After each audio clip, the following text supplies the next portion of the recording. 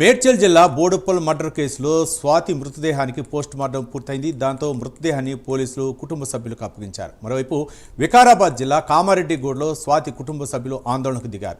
నిందితుడు మహేందర్ రెడ్డి ఇంటి ముందు బైఠాయించారు. న్యాయం జరిగేంత వరకు కదిలేదే లేదంటున్న స్వాతి కుటుంబ సభ్యులు భీష్మించి కూర్చున్నారు. నిందితుడితోనే అంత్యక్రియలు జరిపించాలని డిమాండ్ చేస్తున్నారు.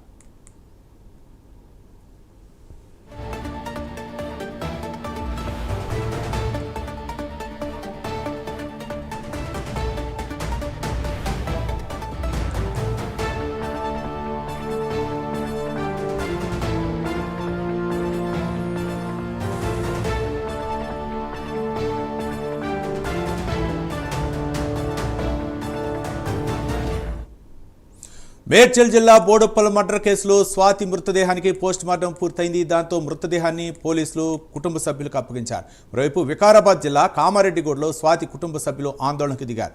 నిందితుడు మహేందర్ రెడ్డి ఇంటి ముందు బైఠాయించారు. న్యాయం జరిగేంత వరకు కదిలేదేది లేదంటున్న స్వాతి కుటుంబ సభ్యులు భీష్మించి కూర్చున్నారు. నిందితుడితోనే అంత్యక్రియలు జరిపించాలని డిమాండ్ చేస్తున్నారు. దీనిపై మరిన్ని వివరాలు మా కరెస్పాండెంట్ కుమార్ అందిస్తారు. Kumar, thank you Ravi. ఏదైతే నిన్న ఇటు మేడ్చల్లోనే అంటే మేడిపల్లి పిఎస్ పరిధిలోని ఏదైతే బాలాజీ నగర్ లో జరిగిన సంఘటనకు సంబంధించి ఇటు స్వాతి హత్యగా అయితే గురైంది. ఈ నేపథ్యంలో నిన్నటి నుంచి కూడా పోలీసులు దీంతో పూర్తి విచారణ అయితే చేపట్టారు.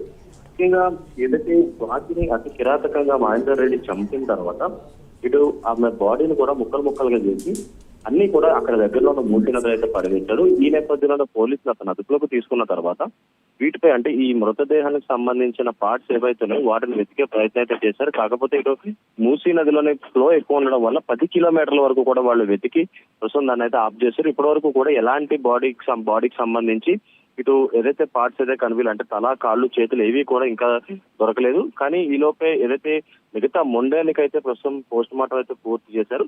మృతదేహానికి కూడా పోలీసులు కుటుంబ సభ్యులు కూడా ఇవ్వడం కూడా జరిగింది. ముఖ్యంగా స్వాతిని నరికి చంపిన మహేందర్ రెడ్డిని అయితే ప్రస్తుతం ఏదైతే చెర్లపల్లి జైలుకి అయితే తరలించారు. ప్రస్తుతం అతనికి కోర్టు రిమాండ్ కూడా విధించింది. ఇటు మరొక పక్క ఇటు వికారాబాద్ జిల్లాలోని కామారెడ్డిగూడలోని స్వాతి బంధువులు ఏదైతే మహేందర్ ఇంటి ముందు బైఠాయించి ఏదైతే ఆందోళనకు అయితే దిగారు. ముఖ్యంగా స్వాతిని చంపిన మహేందర్ రెడ్డికి ఏదైతే ఖచ్చితంగా శిక్ష పడాలంటూ కూడా వాళ్ళ ఆందోళన చేపట్టే పరిస్థితి అవుతుంది.